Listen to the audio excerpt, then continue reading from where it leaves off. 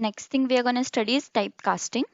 So typecasting is when you want to assign a value of one primitive data type to another primitive data type.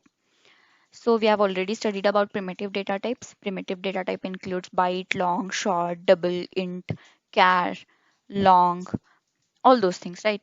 So you have value in one of the data types which I just mentioned now, and you want to convert that to another primitive data type. That time you use typecasting. Let's say you have a value in float, that is 5.5 you have, but what you want to output is only 5. So you want to like output the integer part of it. So you want to convert float to int, right? You want to convert this float value into int value. So you want to convert one primitive data type into another primitive data type. That time you use typecasting whenever you want to assign a value of one primitive data type to another primitive data type. So there are basically two types of typecasting we have in Java, that is widening casting and narrowing casting. So widening casting is basically converting a smaller data type into a larger data type, and it happens automatically. Here I have listed all the data types, I mean primitive data types, in its increasing order of its size. So byte can be converted into short, char, int, long, float, double automatically. Short can be converted to all these data types automatically. Int can be converted to long, float, char, double automatically. Okay, so let's say I have a variable of type int and I want to convert it to double, or float. I want to convert into float. That can happen automatically using this widening casting, because I am just converting a smaller data type into a larger type of size or larger data type. So I have taken a same example over here. First I'll declare a variable of type int. So int num equal to 5. So num is my variable which is of type int and it has value 5. So next I want to assign this value to another primitive type of data. So I have double my num. So my num is of the type double and I am assigning a value num. So num has value 5. That value I'm assigning to this double type of data. So basically I am converting this int data type into a double data type. Because I've written here my num equal to num, this my num points to num and num has value 5, but I have written double over here. So it will convert this num or this integer variable into a double variable. I'll just go to Eclipse and show that to you so that you will understand it in a better way. So int num equal to 5 is my variable which is of type integer. Okay, and here I'll take float variable. Even you can convert into float automatically because you're converting a smaller data type into a larger data type. Float, my float I'll take. Variable name is my float. Okay, and I will give a value as num. So this my float variable points to num variable.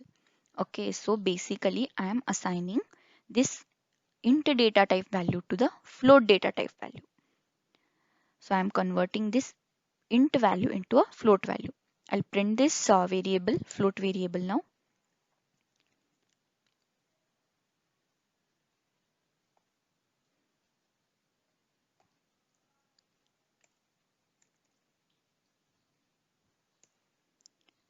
The variable name is my float, right? I'll write that here, my float, and I can run this now.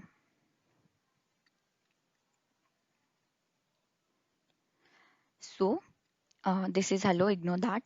And my num is 5 and my float is 5.0. So my float is a float variable and to which I have assigned the integer type value. So it is outputting a float value or float value to me. So this is how like widening casting works. Now narrowing casting is nothing but converting a larger type to the smaller data size type.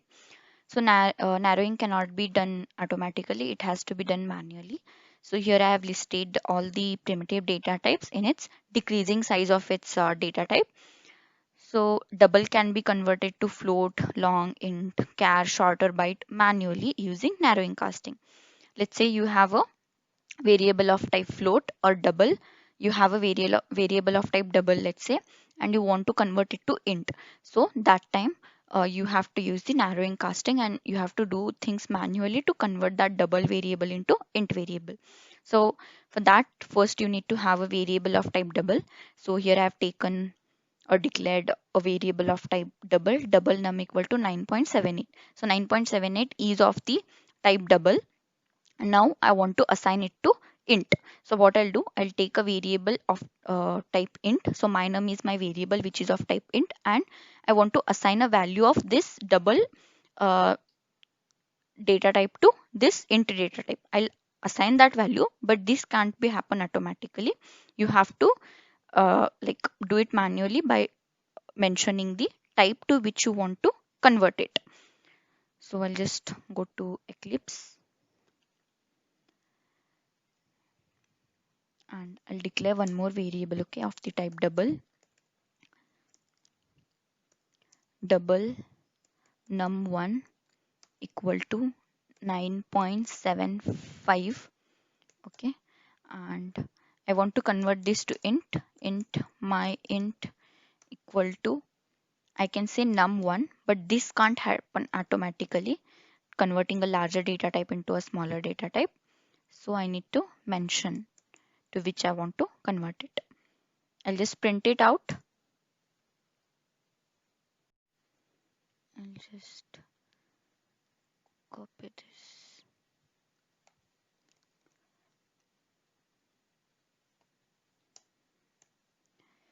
My double variable is num1. So I'm first printing num1 and after that I'll print the variable myInt. Okay. So let's run it. So first time I've printed a variable which is in double, that is 9.75, but next time I've like printed a int variable, that is myInt. So it just shows the integer part of it. I'm converting double to int, or I'm just like assigning a value of one primitive data type to another. So to summarize, I can say whenever you want to convert from smaller data type to larger data type, you can directly assign a value. But whenever you want to convert from larger data type to smaller data type, you have to specifically mention, whenever you are assigning a value, you have to mention to which data type you want it. That's it. Thank you so much for watching this video. I'll see you in the next video. Until then, happy coding.